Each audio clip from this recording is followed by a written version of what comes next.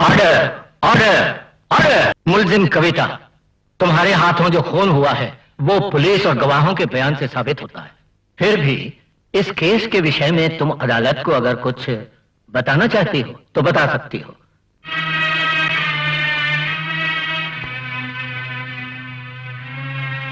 तुमने ये खून किया, किन कारणों से ये खून किया, उसकी वजह इस अदालत को बतानी होगी। उसके लिए मैं इजाजत देता हूं। बता।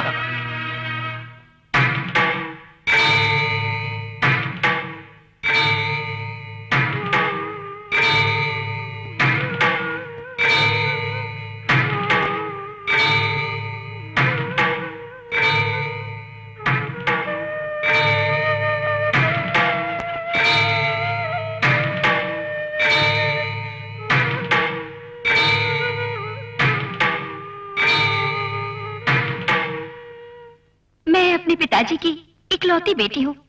मेरे बचपन में ही माँ का देहांत हो गया। पिताजी ने ही माँ बाप दोनों का प्यार देकर मुझे बड़ा किया।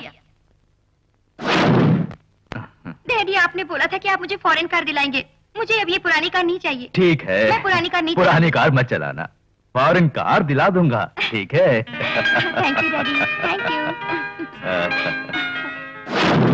उस उम्र में जो जिज्ञासा सभी लड़कियों में जागती है वही मुझ में भी जागी।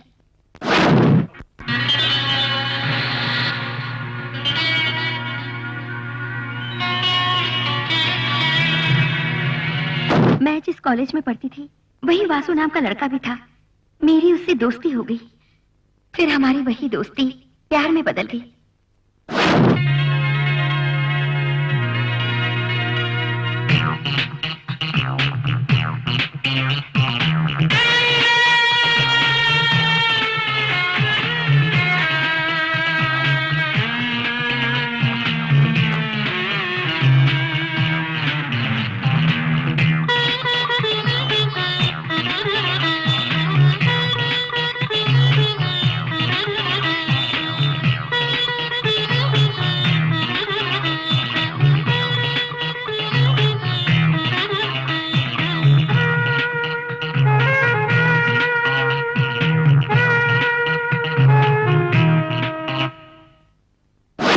वासु और मैंने अपने इस प्यार को शादी में बदलने का फैसला किया।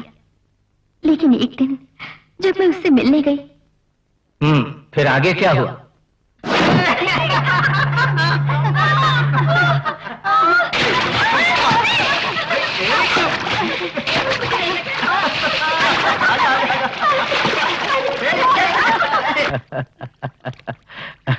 हाँ, ये है प्रीति। हाय। ये है जॉली। हेलो। और ये है मैथ्यू। हाय। और वो है चंद्रा। हाय। वो दीप्ति। वहां से पानी में आना। मैं चलो नहाते।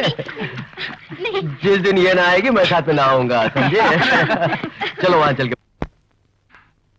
तभी एक दिन वासु मुझे होटल में ले गया और वहां हम दोनों ने मिलकर काफी मौज मस्ती की।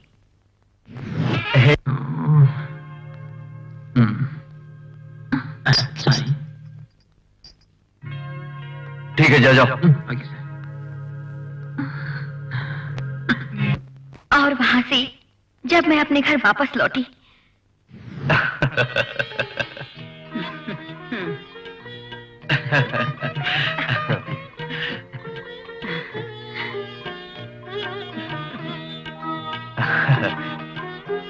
अगले महीने ही कोई अच्छा सा मुहूर्त देखकर हम ये शादी रख लेते हैं। ईश्वर की कृपा से हमारे घर में सब कुछ है। हमें तो केवल लड़की ही चाहिए बस।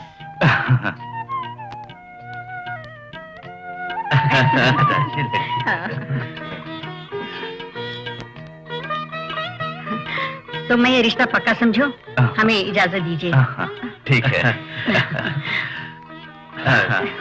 चलते।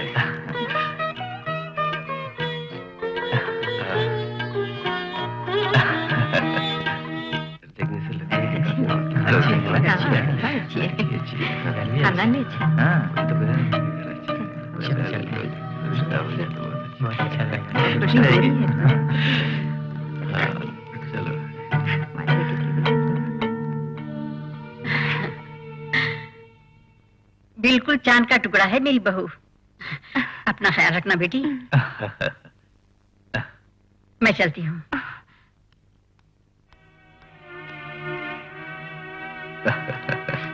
डैडी। क्यों समझी नहीं बेटी? तुम ऊपर जाओ, मैं अभी आता हूँ।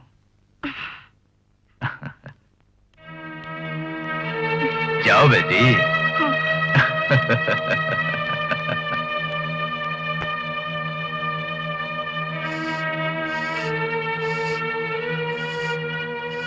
बेटी हम भी रिश्तेदारों से जुड़ जाएंगे, इस बात से तुम्हें खुशी नहीं हुई? डैडी। मैं समझाता हूं बेटी। जस्टिस राम प्रसाद का इकलौता बेटा है, अच्छा खानदान है, समाज में उन लोगों की काफी इज्जत है। उसी खानदान की बहू बनेगी मेरी बेटी।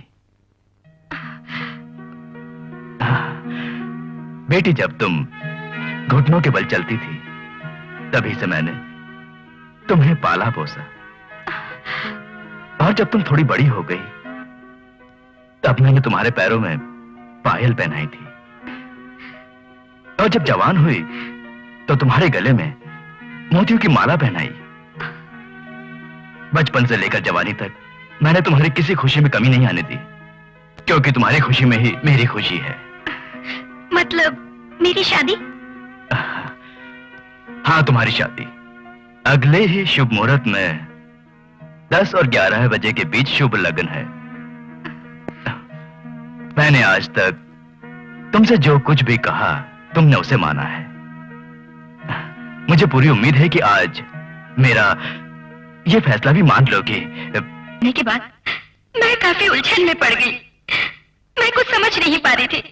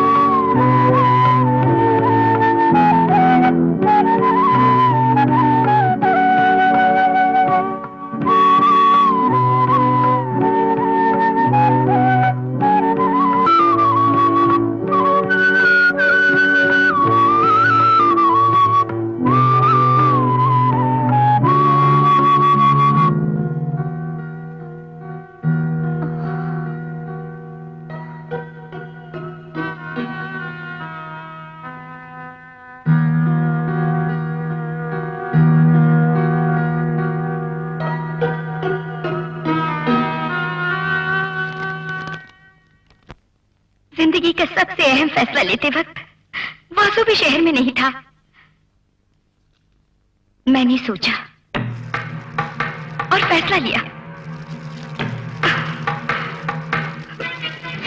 और उसके बाद काफी सोचने के बाद मैंने अपनी जिंदगी का अहम फैसला लिया। पिताजी के प्यार के सामने मुझे वासु का प्यार काफी हल्का नजर आया। जिस इंसान ने मुझे पाल पोस कर आज इतना बड़ा किया, उसी की खुशी के लिए मैंने ये शादी कर ली।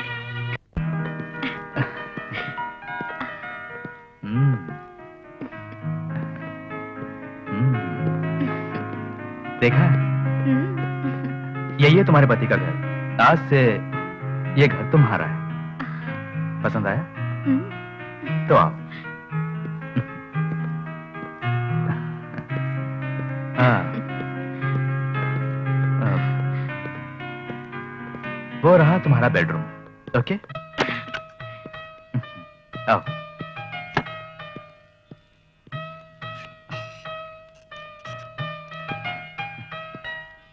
कविता, मैं बहुत ही खुले विचारों का हूं। मैं मन में कुछ नहीं रखता। मेरी तुम्हारे साथ शादी हुई, वाकई मैं काफी भाग्यशाली हूं। मैं तुम्हें खुल के समझाता हूं कि मैं भाग्यशाली क्यों हूं। कहो तो मैं बताऊं? कान में बताऊंगा।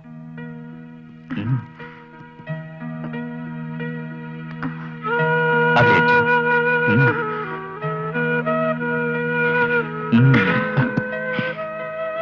तुम मुझे पति के रूप में मिले, मैं भी भाग्यशाली हूँ।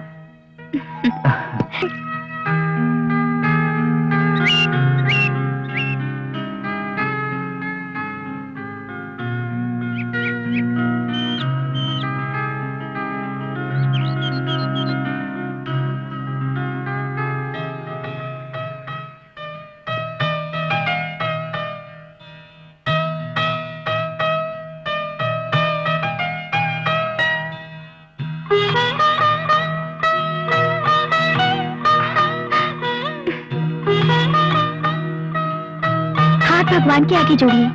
मेरे लिए तो देवी तुम ही हो।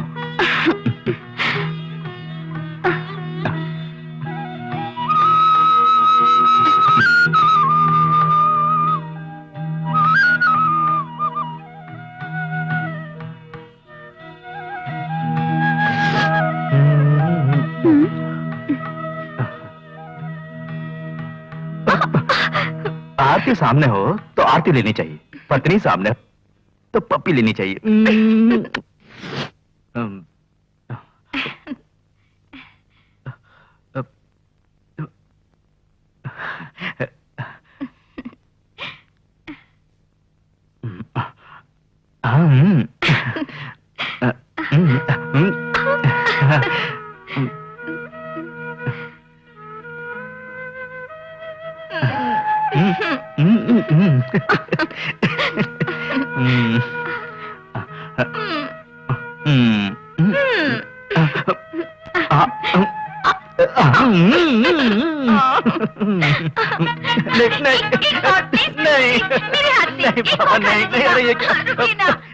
बस भी करो, नहीं चाहिए, नहीं।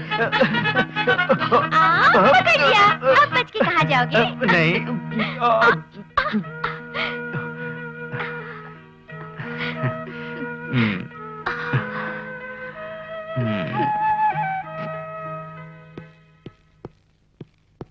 कविता, कविता,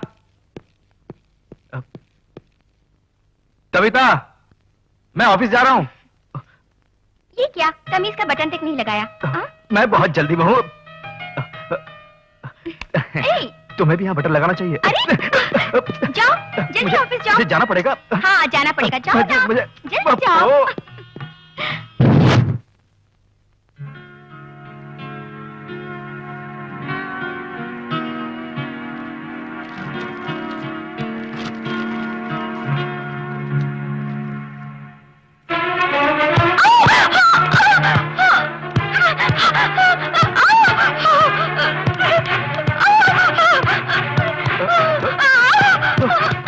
कविता, कविता, क्या हुआ कविता?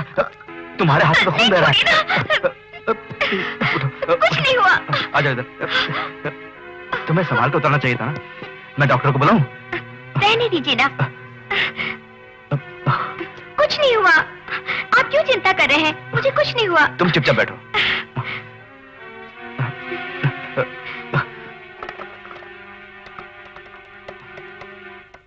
Hello, hello, hello, hello, Manoj clinic, doctor Parekh हैं? नहीं, डॉक्टर साहब तो बाहर गए हुए हैं। कब तक लौटेंगे? किस जगह पे गए हैं? सरला क्लिनिक गए हैं।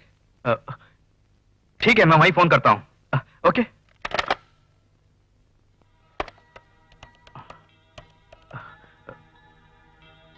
हेलो, डॉक्टर पारेख हैं क्या? क्या काम है? मुझे उनसे बहुत जरूरी काम है। आप कौन है? उनसे क्या काम है? देखिए, मुझे उनसे बहुत जरूरी बात करनी है। वो इस वक्त बहुत बिजी है, जो भी काम है बोलिए। आप उन्हें फोन देते हैं या नहीं? प्लीज उन्हें फोन दीजिए। मैंने कहा ना, वो इस वक्त बहुत बिजी है, नहीं दे सकता। आप मुझे नहीं जानते। आप ऐसा कोई भी हो। आप ऐसा क्यों बोल रहे हैं? मैंने कहा ना। इडियट, फोन काट दिया। क्यों कविता, काफी दर्द हो रहा है ना? मैंने कहा ना आपसे कि मुझे कुछ नहीं हुआ। हाथ से खून बह रहा है और तुम बोल रहे कुछ नहीं हुआ। देखो, देखो जरा। मैंने कहा ना कुछ नहीं हुआ। आपका प्यार ही काफी है। मैं आपके लिए चाय लाती हूँ। नहीं कविता, चोट तुम्हारे हाथ में लगी है, पर दर्द मेरे दिल में हो रहा है। तुम यहीं बैठो, मैं चाय बनाता हूँ। बोली, हमारे घर में महालक्ष्मी देवी का कैलेंडर जो ठीक है, बिल्कुल वैसी ही बहू है। वाकई तुम वैसी ही हो।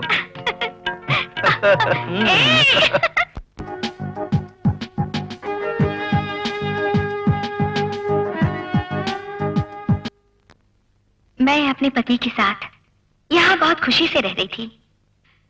मेरे पति मुझसे बहुत प्यार करते हैं, मैं भी उनसे बहुत प्यार करती हूँ।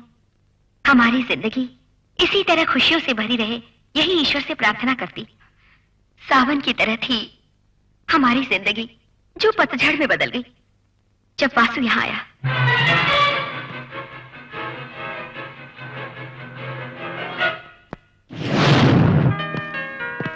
आओ वासु, यही हमारा घर है। आओ। कविता, कविता। हम्म।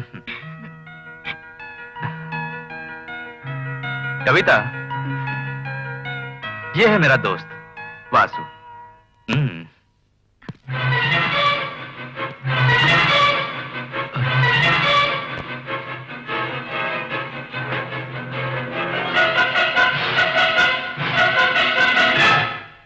कविता, यही मेरा दोस्त है वासु। मैंने बोला था ना, ये भी तुम्हारे गांव का है, तुम्हारे कॉलेज में ही पढ़ा है। किसी से प्यार करके उससे शादी करने वाला था, तभी मैंने बोला था यार, शादी करके अपने पति को छोड़कर दूसरे के साथ भाग जाने वाली उम्र है ये, उस लड़की पर भरोसा मत करना। पर इसने बात नहीं मानी, अपना दिल दे बैठा, और उस लड़की ने एक अमीर लड़के से शादी कर ली और खुद की किस्मत खराब है मानकर अपनी तकदीर को रो रहा है, और करेगा भी क्या। अब से वासु हमारे घर में रहेगा, इसका ख्याल रखना। वासु कमरा दिखा दो। आइए।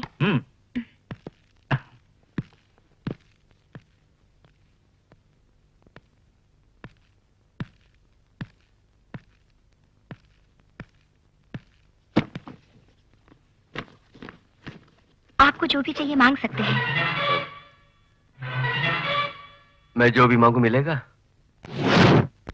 घर में जैसे ही मैंने वासु को देखा, मेरे तो होश ही उड़ गए। खाना बनाने वाले हाथों को चूमने का दिल करता है। किसने बनाया ये खाना? इस घर में केवल एक ही औरत है यार, और वो भी मेरी पत्नी। मजाक की भी हद होती है यार। जब तक वासु हमारे घर में रहा, मुझे काफी मुसीबतें उठानी पड़ी। कहीं हमारे प्यार की बातें वो मेरे पति को न बता दे, मेरे पति की गैर हाजिरी में कहीं वो मेरी इज्जत से न खेल बैठे। इसी बात को लेकर मैं हमेशा परेशान रहती थी।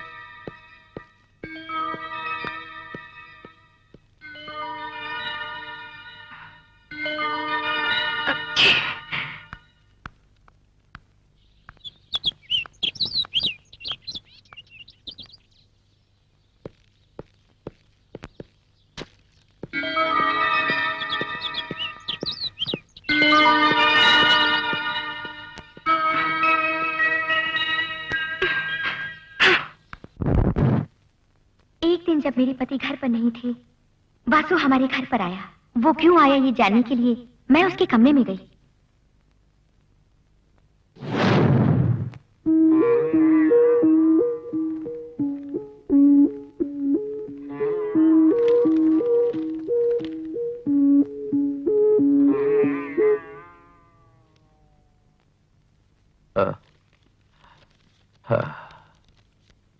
मुझे मालूम था तुम आओगी। क्या मतलब है तुम्हारा? मतलब तो साफ है, तुम मुझे भूल सकती हो।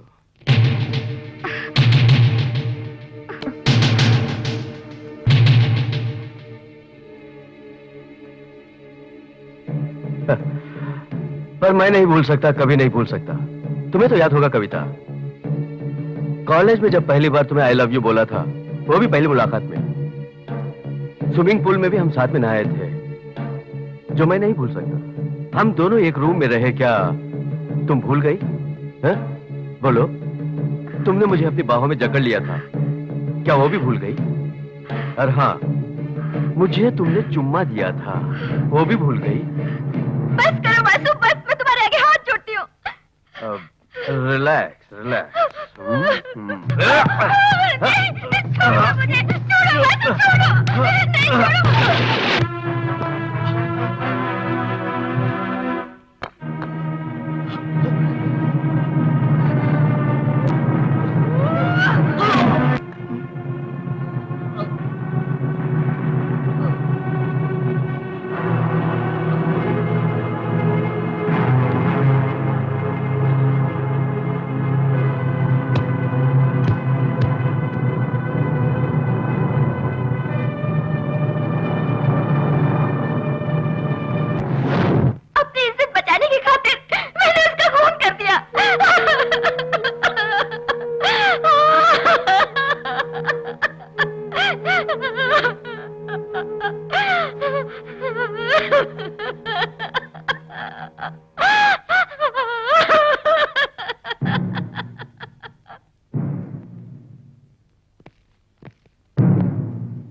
के सभी कारणों को बिना कुछ छुपाए मुल्जिम कविता ने साफ साफ इस अदालत को बताया, इसलिए यह अदालत मुल्जिम कविता की कदर करती है।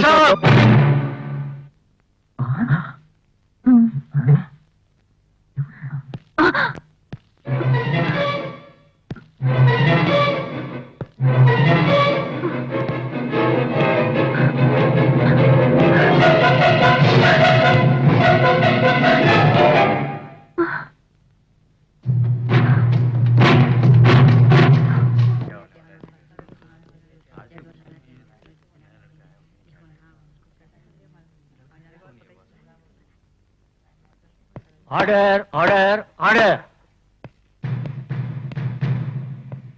आपका इस केस से क्या संबंध? कविता के हाथों जिस वासु का खून हुआ है वो वासु मैं हूं। आप जो कुछ भी बोलना चाहते हैं कृपया विटनेस बॉक्स में आकर बोलिए।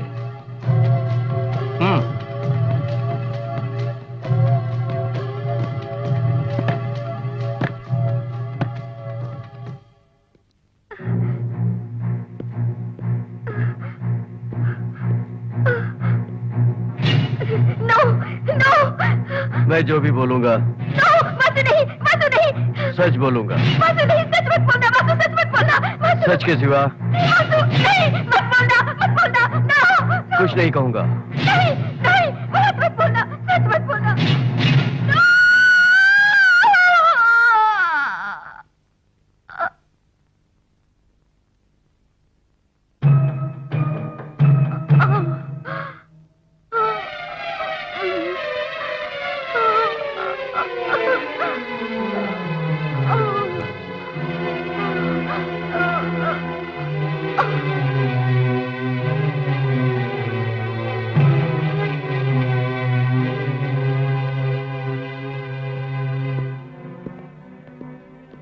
The court is adjourned.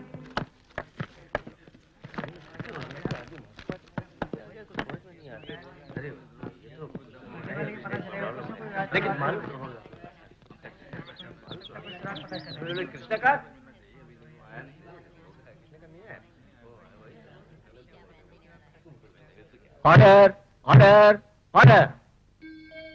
कविता की मानसिक स्थिति ठीक न होते हुए उसे पुलिस की निगरानी में अस्पताल में भर्ती करवा दिया गया है। इस केस के आगे की कार्रवाई के लिए इस वक्त कविता की आवश्यकता नहीं है। कार्यवाही शुरू की जाए। You can proceed mister Vasu.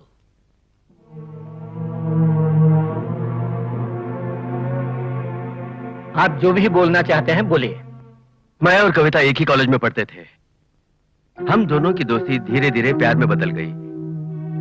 घरेलू कारणवश कविता की दूसरी जगह शादी करनी पड़ी। कविता को अच्छी जिंदगी मिल गई ऐसा सोचकर मैंने वो जगह ही छोड़ दी। मैं अपने निजी काम से जब यहाँ आया तो अपने दोस्त किशोर से मेरी मुलाकात हुई। वो आदमी मुझे अपने घर ले गया। उसके घर पहुंचने पर मैं आश्चर्यचकित हो गया। केवल इतना ही नहीं, मेरे दोस्त किशोर ने ही मेरी मंगेतर कविता से शादी की। ये देखने के बाद कि कविता को अच्छी जिंदगी मिल गई, मैं खुश हुआ। एक दिन किशोर से मिलने जब मैं उसके ऑफिस में पहुंचा। May I come in, sir? Yes come in. Good morning, sir.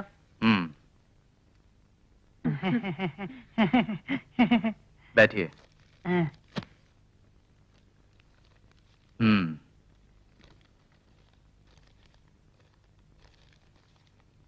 इस नौकरी को पाने की योग्यता तुम में नहीं है।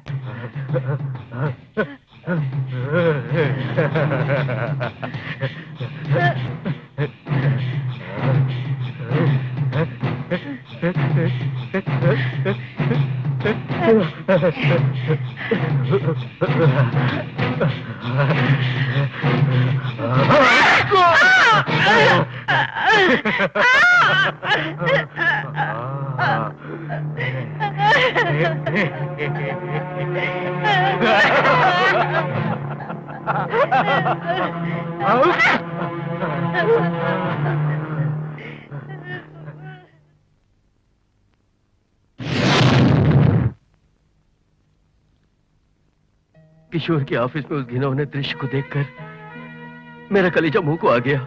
आपने और क्या देखा?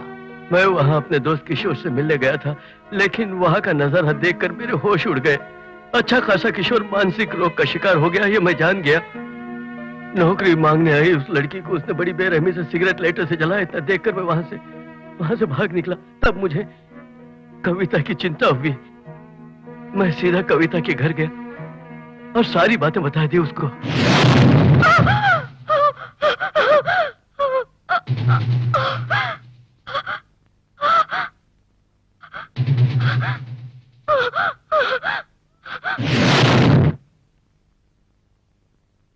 मैंने जिस कविता को चाहा वो मुझे नहीं मिली, पर हमेशा खुश रहे, बस यही मैंने चाहा था। लेकिन जब मैंने पाया कि उसका जीवन नर्क बन गया है, मुझसे रहा नहीं गया। और फिर मैंने किशोर के बारे में पूरी जानकारी हासिल की।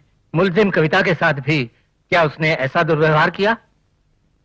शादी के बाद जब वो इस शहर में आया,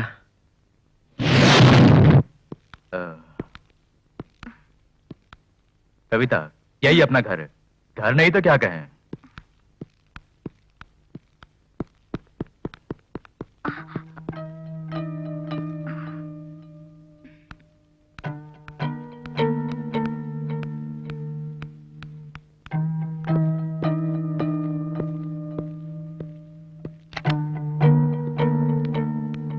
कविता, मैं खुले विचारों का हूं। मेरी आदतें कुछ अलग तरह की हैं। शादी से पहले मेरे सुखों की बस यही एक दवा थी। ये आप शराब पीते हैं? यही मेरे सुख की दवा है। कैसा सुख? अ, अ, अ,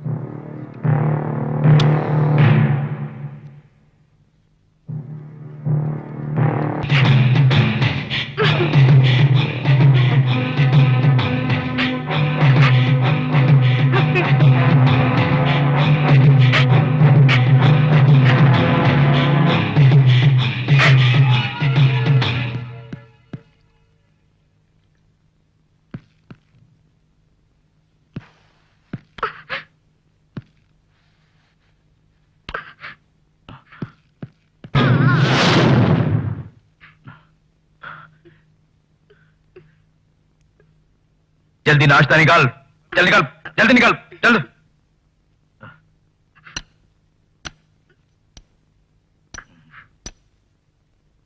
बस।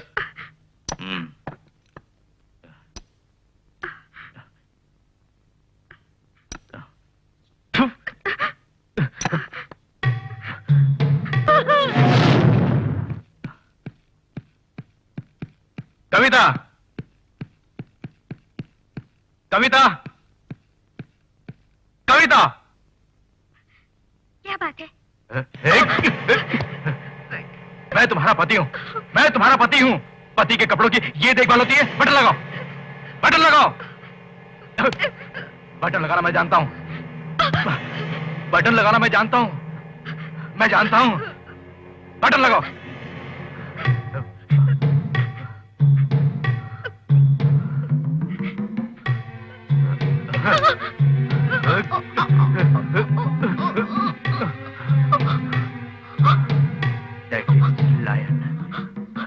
That is lion.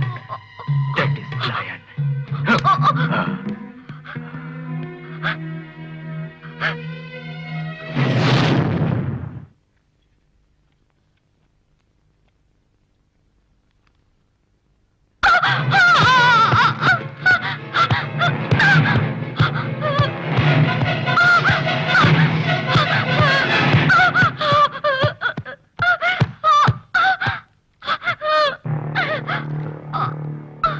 क्यों रही? अंधी हो गई है क्या? दिख से दिखाई नहीं देता जैसे उतर रही है?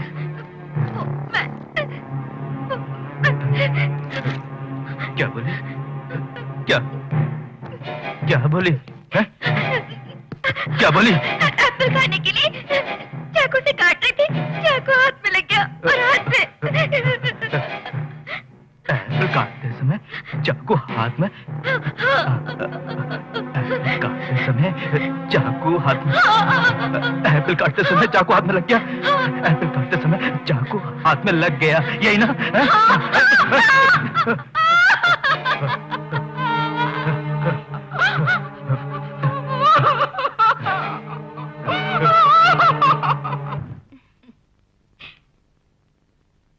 जरा इधर देखिए, इस साड़ी में मैं कैसी लग रही हूँ?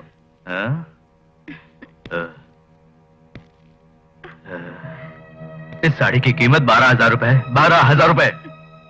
12,000 रुपए की साड़ी में तो बंदरिया भी ऐश्वर्या लगेगी, समझ गई? हाँ।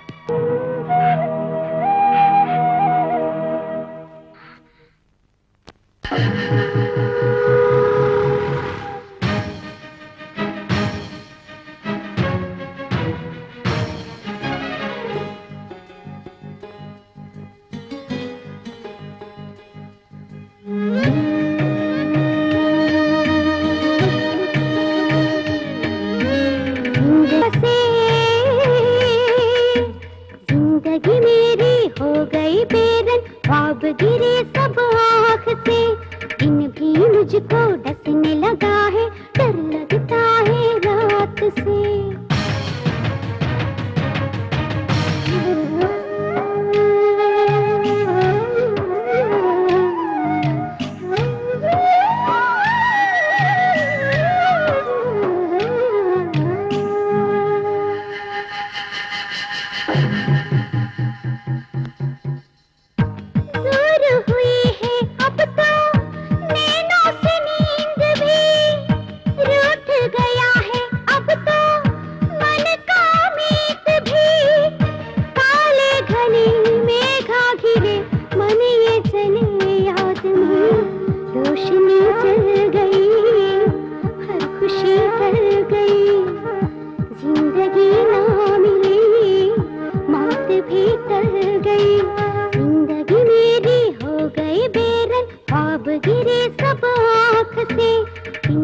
मुझको डसने लगा है, डर लगता है रात से।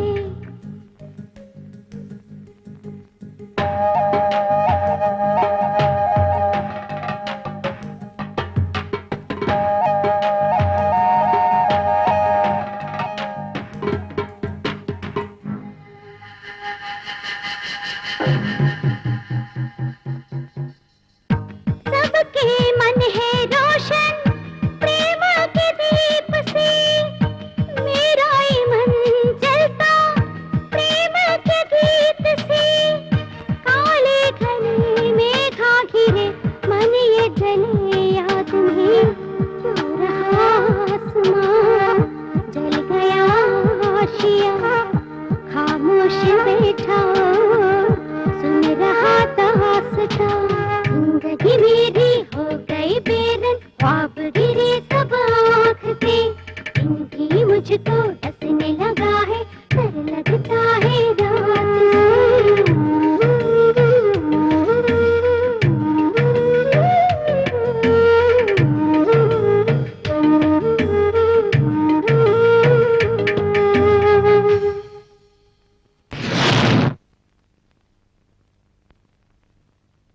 तुम्हारे कहे मुताबिक तुम्हारा दोस्त किशोर मानसिक रोगी है, क्या ये बात उसके परिवार वाले जानते हैं?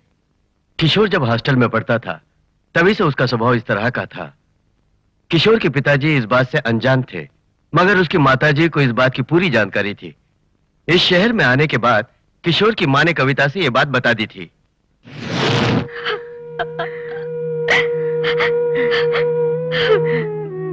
तू रो मत बेटी,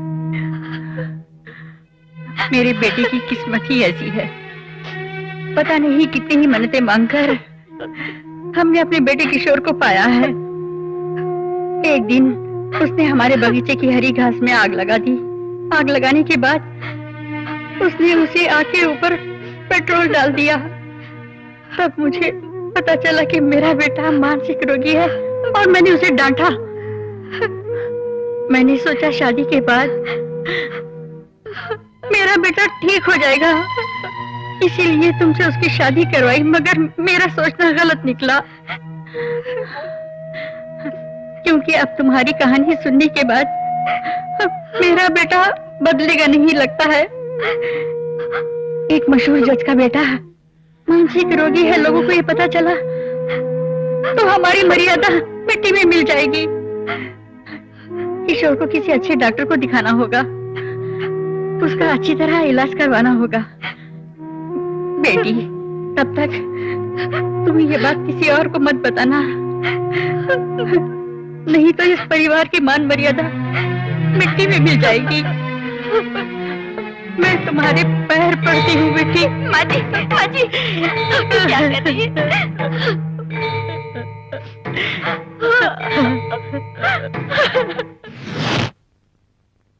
एक सुखी जीवन जीने वाली कविता ने अपनी जिंदगी ही दांव पे लगा दी। अपने पति की इज्जत बचाने के लिए कविता ने यह बात किसी को भी नहीं बताई। एक दिन जब किशोर बाहर गांव गया तो मैं कविता से जाकर मिला।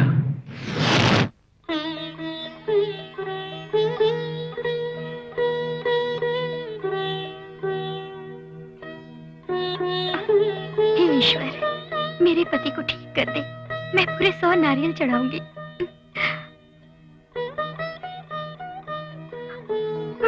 हाँ। रो, अच्छी तरह से रो। अब इस तरह रोने से कोई फायदा नहीं। खुद को संभालो। कविता, तुम्हारे पिताजी ने कितने प्यार से तुम्हें पाला था। उन्हें क्या हुआ था जो इसे शादी करा दी?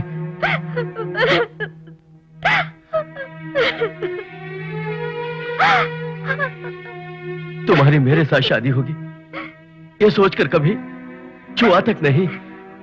वासु, ये क्या बोल रहे हो? अब कुछ मत बोलना। अपने पिताजी की जुबान की खातिर ही तुमने इस शादी को स्वीकारा है ना? इस परिवार की मान मर्यादा की खातिर एक दिन भी कभी चैन से जी पाई हो? बस करो वासु, बस करो। मेरी बात मान लो कविता, इस किशोर से अपना पीछा छुड़ा लो। शाबाश।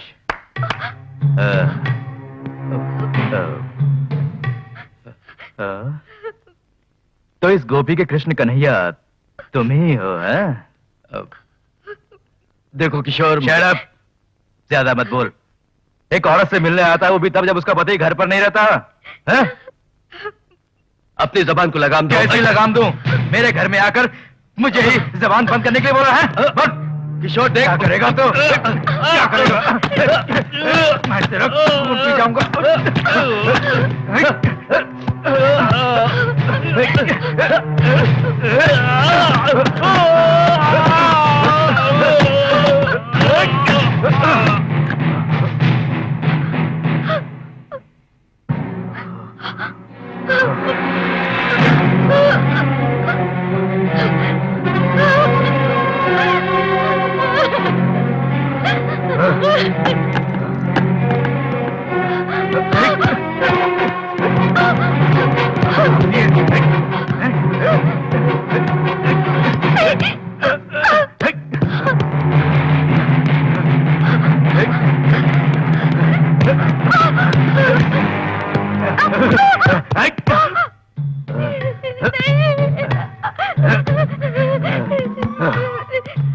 मुझे छोड़ो,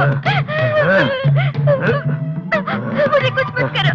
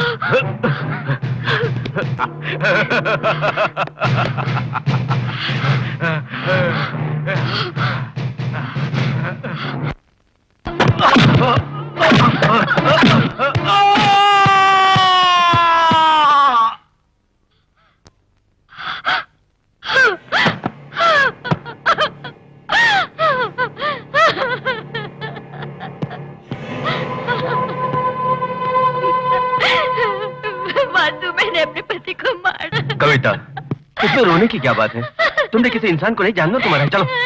नहीं वासु, मैंने उसका खून कर दिया।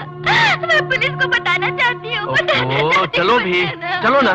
नहीं वासु, तुम यहाँ से जाओ, जाओ वासु। चलो तुम भी मेरे साथ। जाओ, जाओ, जाओ,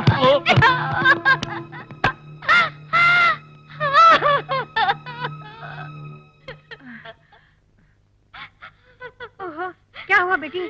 तुम्हारा ये हाल किसने किया? आपका बेटा।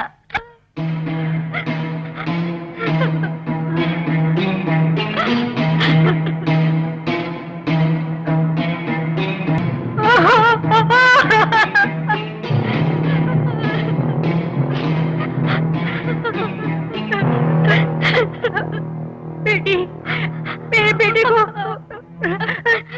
किसने मारा? किसने मारा मेरे बेटे को? पता नहीं क्यों नहीं? बोल। उन्हें मैंने ही मार डाला। तूने?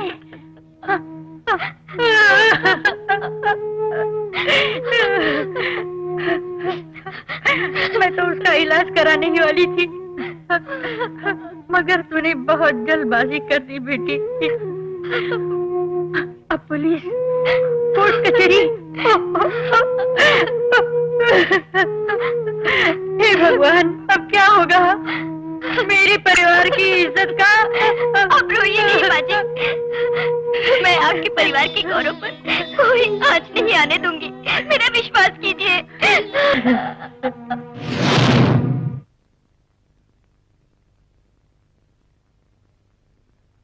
घर से बाहर जैसे ही मैंने कार के रुकने की आवाज सुनी, मैं वहां से चला गया। फिर कविता की क्या हालत हुई ये जानने के लिए मैं वहां गया। कविता के आग्रह करने पर ही मैंने उसकी बात मान ली। क्योंकि अदालत में मैंने सच बोलने की कसम खाई है, इसलिए सच्चाई बता रहा हूं। आज भी कविता के लिए मैं जान देने को तैयार हूं, क्योंकि कविता बिल्कुल निर्दोष है।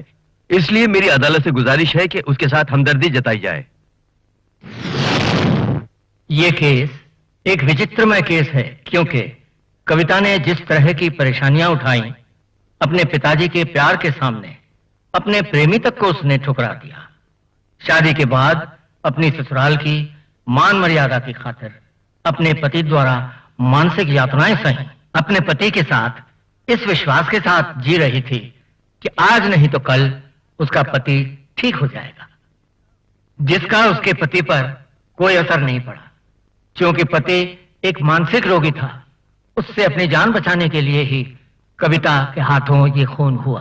क्योंकि जुर्म जुर्म ही होता है, इसलिए कविता जब तक पूरी तरह स्वस्थ नहीं हो जाती, तब तक उसे मेंटल हॉस्पिटल में ही रखा जाएगा। इलाज पूरा होने के बाद ही ये अदालत मुल्जिम कविता के इस केस पर अपना अंतिम फैसला सुनाएगी।